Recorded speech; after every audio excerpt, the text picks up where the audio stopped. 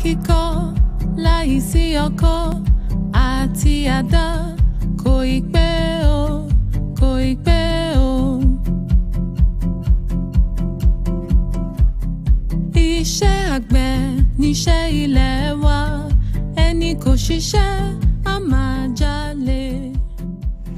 The primary thing is, for me, is that I want to see more of the government in the town.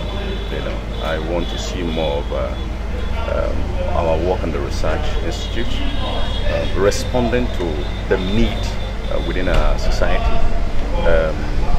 And not just that we engage in research for research purposes, but we engage in research that creates solution for many of the problems or issues that we find ourselves in. And in the country where we are today, there is no doubt about the fact that we have many of these intellectuals with the capacity in the Research Institute, the professors, the doctors, the academics in general, that has done amazing things, But I think the disconnect is always how those amazing outcome or output can become a solution to our problem. So we're looking at much of applied researches, and that is one of my major motivations. We are doing, and we should do, is to see how best we can ensure that we look at the value chain we have across board in agriculture, not in isolation, but we look at it holistically. And what do I mean by that?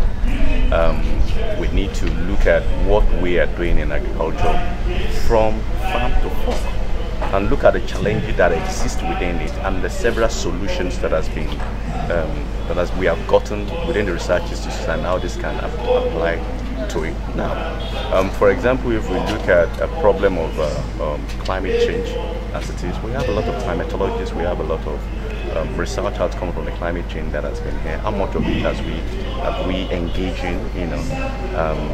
in ensuring we provide solutions to the climate smart agriculture? How many of it have we documented, and have we handed over to our smallholder farmers to implement? This is where the responsibility of our extension services comes in as well. Unfortunately, most of the extension services we have in Nigeria today I want to pick my word now, not have enough support. I am an advocate consistently for inclusion of youth and women in agriculture. And I think this is an area where we also have to strengthen ourselves. There are so many of our the youth of our country as of today are, and even young leaders, because I like to separate the youth and the young leaders based on their age and many other factors. For majority of the population of this country, how much of them have we create incentive, for them to get engaged in the agribusiness or agriculture? It's essential for us to start focusing on that particular area at this particular point in time, for us not to find ourselves in a situation that is not applicable. We've been talking about what has been happening, the unrestfulness of the youth all over the country. Many of the insurgents that we are seeing, are they being handled by older people?